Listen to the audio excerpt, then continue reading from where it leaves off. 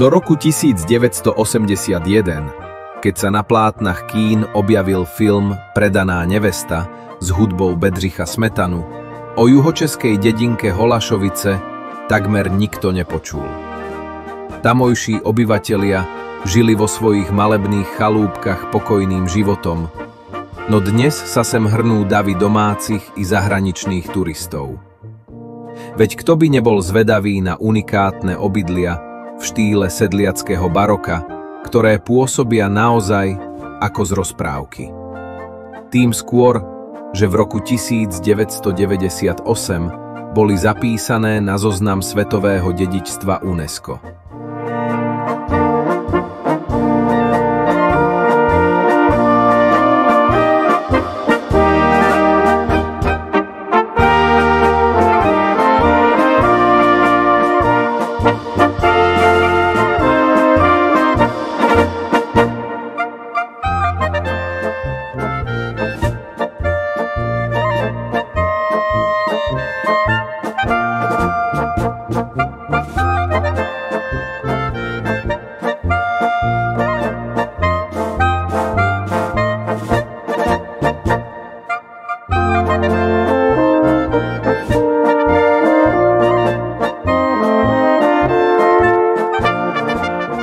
Na počiatku 20. rokov 16. storočia sa okolím šíril strašlivý mor.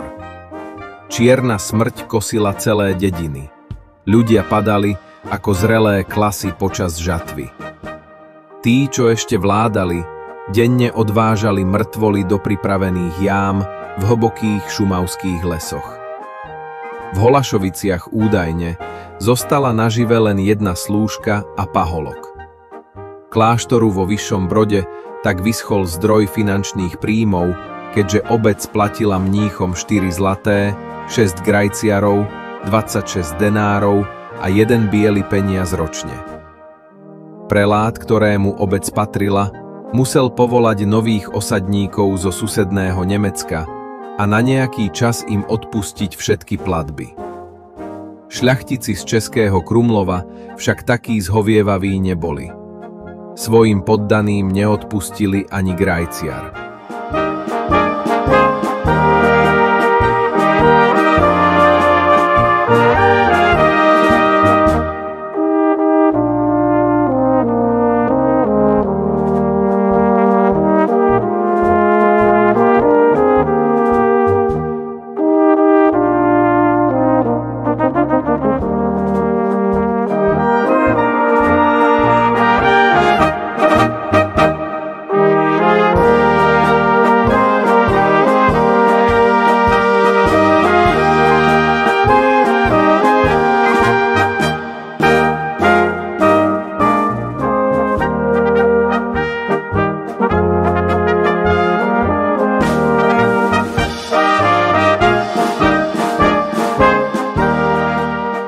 Kroniky dokumentujú, že v roku 1530 v Holašoviciach už bolo 17 roľníckych usadlostí. A tento počet sa nezmenil po celé nasledujúce stáročia. O tom, že sedliakom sa darilo, svedčí záznam z roku 1591, keď zomrel gazda menom Faltan. Nechal po sebe bezdetnú vdovu Margarétu, pár ťažných koní, 4 kravy, 2 ročné jalovice a 3 ošípané. Celkový odhad jeho majetku činil 135 kôp a 30 grošov. Faltan však zanechal aj dlhy, krajčírovi 3 kopy a tkáčovi 1.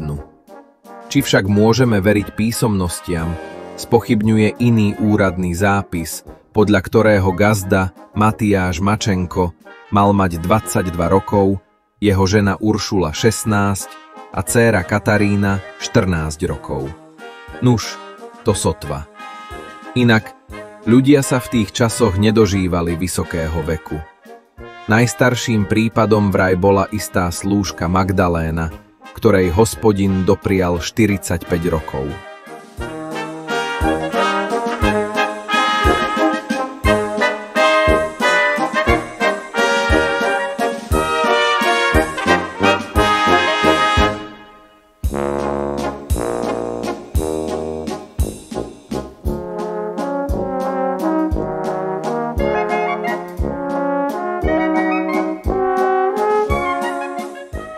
roku 1869 mala obec 195 stálych obyvateľov a všetci boli nemeckej národnosti.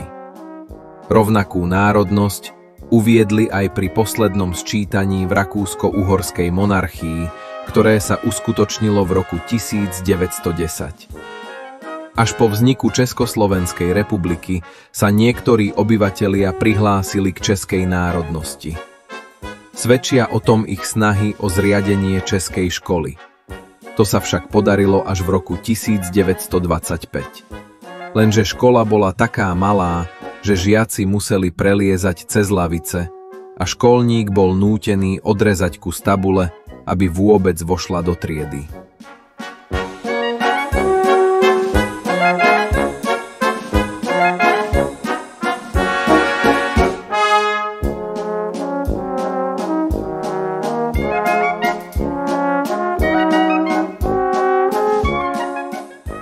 V januári 1946 prebehol odsun Nemcov.